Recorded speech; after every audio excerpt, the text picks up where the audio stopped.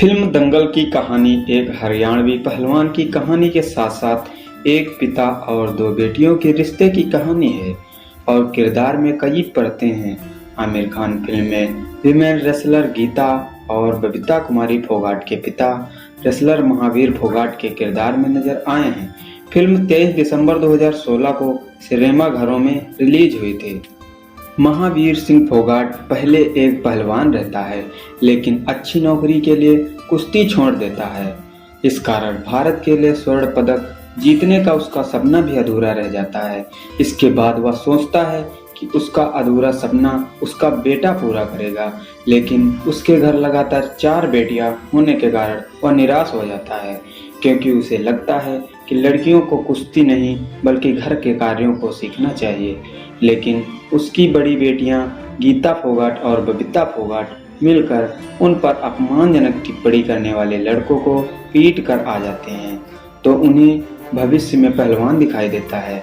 महावीर उन दोनों को कुश्ती सिखाने लगता है। उनके द्वारा कठोर तरीके से सीखना, बाल छोटे छोटे कटवाना, सुबह सुबह कसरत करना।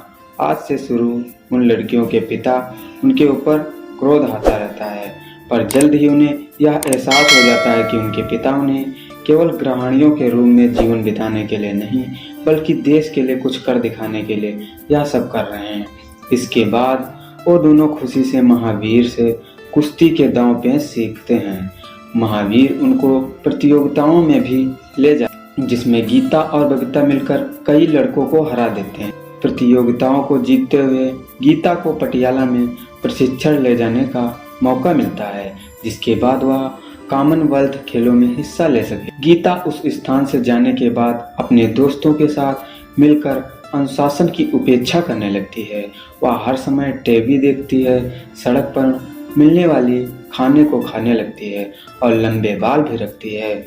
उस स्थान में शिक्षक का तकनीक उसके पिता की तकनीक से थोड़ा अलग रहता है और गीता को लगता था कि उस शिक्षक का तकनीक उसके पिता की तकनीक से बहुत अच्छा है, जबकि उसके पिता की तकनीक पुरानी हो चुकी थी।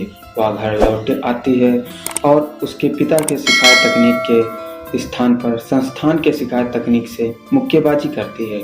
इसके बाद महावीर और गीता में मुक्केबाजी होती है और अपनी बढ़ती उम्र के कारण महावीर उससे हार जाता है।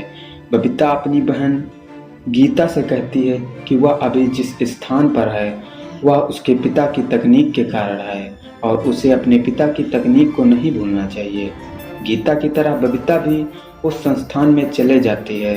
गीता लगातार हर मैच हारती रहती है, क्योंकि वह अपने पिता द्वारा सिखाए गए तकनीक या कुश्ती पूरी तरह ध्यान नहीं देती है। उसने अपने नाखून बढ़ा लिए रहते हैं और रंग भी लगा रखा होता है। साथ में अपने बालों को भी काफी लंबा रखे होने के कारण भी उसे हार का सामना करना पड़ता। उसे अपनी गलती का एहसास तो हो जाता है और वह इस बात को महावीर को बताती है। महावीर उसके संस्थान में आकर उन दोनों को प्रशिक्षण देने लगता है, लेकिन उस संस्थान में प्रशिक्षण सिखाने वाले को जब इस बात का पता चलता है तो वह उन दोनों को बाहर निकालने हेतु शिकायत दर्ज कर देता है। इसके बाद यह निर्णय हुआ कि उन दोनों को संस्थान में तभी रखा जा सकता है जब महावीर संस्थान में न आए और उन दोनों को कहीं कोई प्रशिक्षण न दे। इसके बाद महावीर गीता को पुराने वीडियो को देखता है, जिसमें वह हार जा रहती है और फोन के द्वारा गीता को उसकी गलती के बारे में बताता है। कॉमनवेल्थ खेलों में गीता हिस्सा ले रहती है और महावीर उसके कोच के निर्देशों के विपरीत दर्शकों के साथ बैठ जाता है।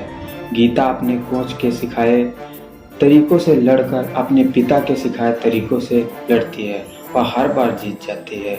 उस कोच को महावीर से जलन होने लगती है।